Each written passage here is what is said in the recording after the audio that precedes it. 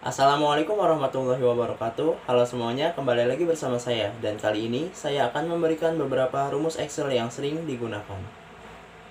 Oke, langsung saja kita ke rumus yang pertama, yaitu rumus sum. Rumus sum biasanya digunakan untuk menjumlahkan nilai data. Contohnya seperti ini. Kita ketik sama dengan, kemudian sum, lalu buka kurung. Setelah itu kita lihat letak data yang akan kita jumlahkan. Contohnya seperti ini. Letak data di sini yaitu di kolom I dan di baris keempat. Kita ketik I4. Kemudian tanda bagi atau titik 2 seperti ini. Lalu K4. K4 itu letak data yang ingin kita jumlahkan juga. Kemudian kita tutup kurung. Lalu enter. Nah, inilah cara pertama. Cara keduanya yaitu seperti ini. Kita ketik sama dengan, kemudian sum, lalu buka kurung. Kemudian kita arahkan kursor kita ke sini, lalu kita geser. Setelah itu kita ketik, tutup kurung, lalu enter. Nah, rumus sum ini adalah salah satu rumus yang bisa kita tarik seperti ini. Ya. Oke, untuk rumus selanjutnya adalah rumus max. Rumus max adalah rumus yang digunakan untuk mencari nilai terbesar yang ada pada data. Rumusnya adalah seperti ini. Kita ketik sama dengan, kemudian max, lalu buka kurung. Seperti tadi, kita lihat letak data yang akan kita cari jumlah terbesarnya. Contohnya seperti ini. I4 sampai I6. Kemudian tutup kurung, lalu kita enter. Rumus ini juga bisa kita tarik seperti ini.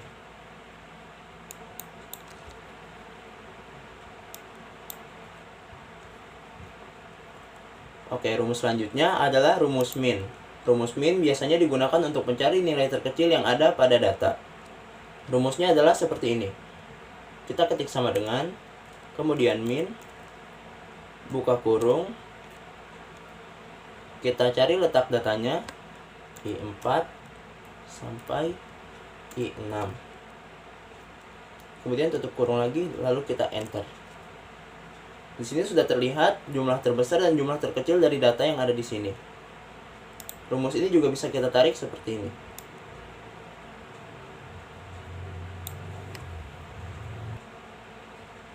Oke, rumus selanjutnya adalah average atau mencari nilai rata-rata yang ada pada data. Rumusnya adalah seperti ini. Kita ketik sama dengan, kemudian kita ketik average, lalu buka kurung. Kita lihat lagi letak datanya. Seperti ini.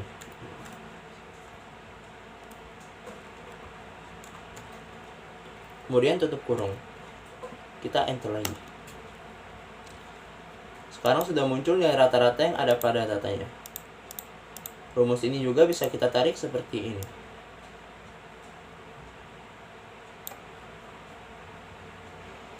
Oke, rumus selanjutnya adalah rumus count. Rumus count digunakan untuk menjumlahkan data yang ada. Contohnya seperti ini. Kita ketik sama dengan, kemudian count, buka kurung, ketik letak datanya.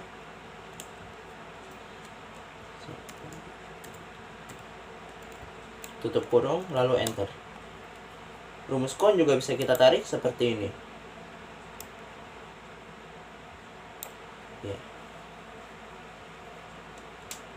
Oke, rumus selanjutnya adalah rumus if. Untuk rumus if kita lihat dulu pada bagian ini. Jika kelas MM, maka jurusan multimedia. Selain itu, jika kelas OTKP, maka jurusan otomasi tata kelola perkantoran. Selain itu, jika kelas RPL, maka jurusan rekayasa perangkat lunak. Selain itu, tidak ada. Nah, untuk rumusnya seperti ini. Kita ketik sama dengan, kemudian if, lalu buka kurung. Kita cari letak data yang ingin kita gunakan seperti ini. Misalkan contoh di kelas ini ada mm, letaknya ada di D4. Kita ketik D4, kemudian kita ketik sama dengan tanda kutip, lalu mm, tanda kutip lagi, lalu titik koma, kita ketik multimedia, lalu tanda kutip lagi. Nah, karena ada 3 jurusan ini, kemungkinan kita akan bisa menggunakan 3 if. Kita ketik titik koma lagi, lalu if, buka kurung lagi, sama dengan OTKP. Untuk kelas OTKP, nama jurusannya adalah Otomasi Tata Kelola Perkantoran.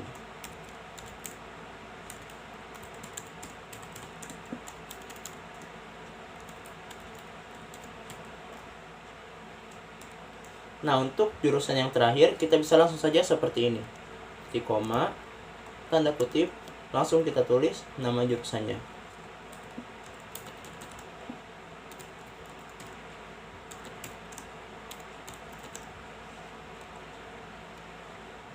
Tanda kutip. Nah, untuk penggunaan tanda tutup kurung pada rumus if ini, kita harus perhatikan berapa if yang kita gunakan. Contohnya di sini kita menggunakan 2 if. Kita harus menggunakan 2 tutup kurung seperti ini.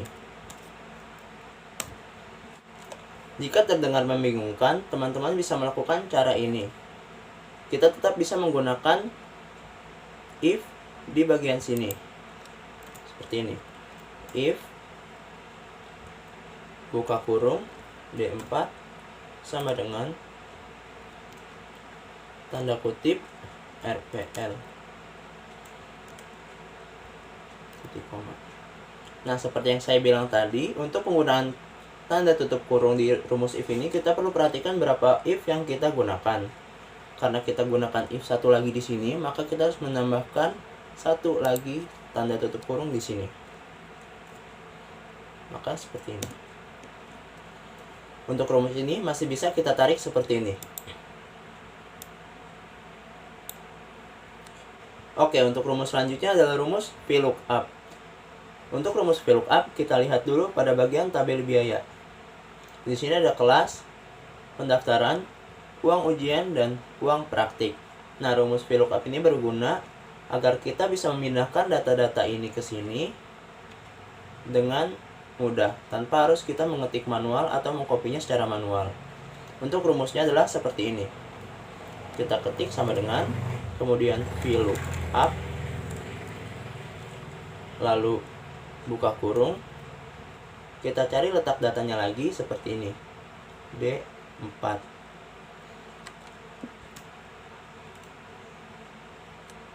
Lalu kita gunakan titik koma.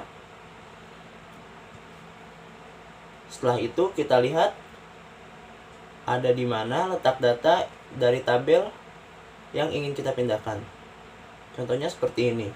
Dari tabel ini ada di tabel C15. Kita ketik C15, kemudian kita gunakan tanda bagi, dan akhirnya ada di F17. Kemudian kita gunakan titik koma, lalu 2, dan tutup kurung. Kenapa saya menggunakan 2 di sini? Karena kita bisa lihat dari kolom di sini ada 4 kolom. Lalu kita bisa lihat yang kita ingin cari adalah pendaftaran, dan di sini pendaftaran ada di kolom pertama, kedua, dan pendaftaran ada di kolom kedua. Jadi kita ketik 2 di sini.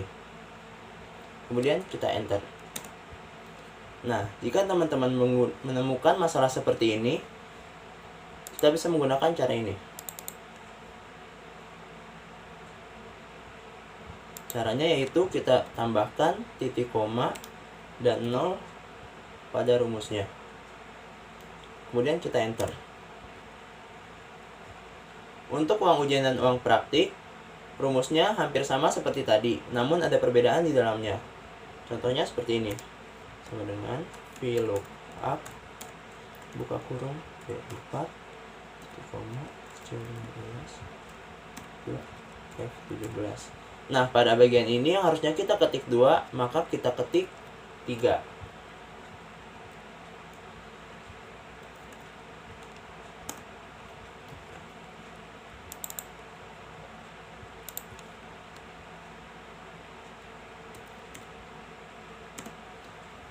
Kenapa kita ketik 3 pada bagian ini?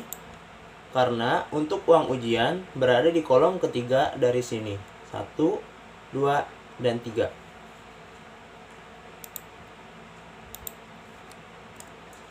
Nah, untuk uang praktik sama seperti tadi, hanya diganti menjadi 4.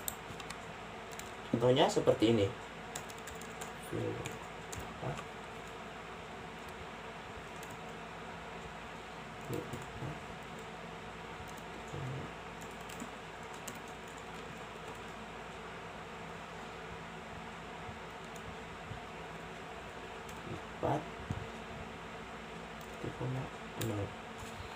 Nah, perbedaannya tetap berada di tempat yang sama, yaitu di angka ini.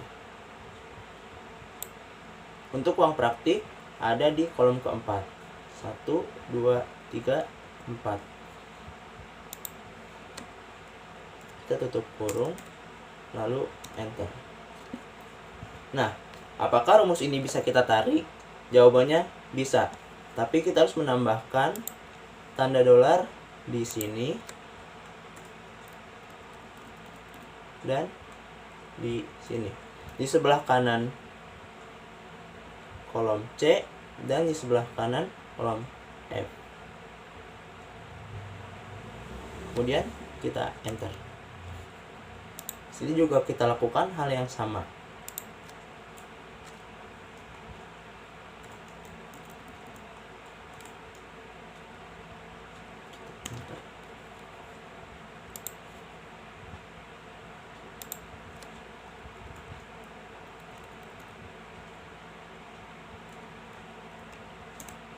Nah, jika sudah seperti ini, rumus-rumus ini bisa kita tarik lagi. Kita tarik seperti ini. Ya. Oke, mungkin itu saja yang dapat saya sampaikan. Kurang lebihnya mohon maaf. Wassalamualaikum warahmatullahi wabarakatuh.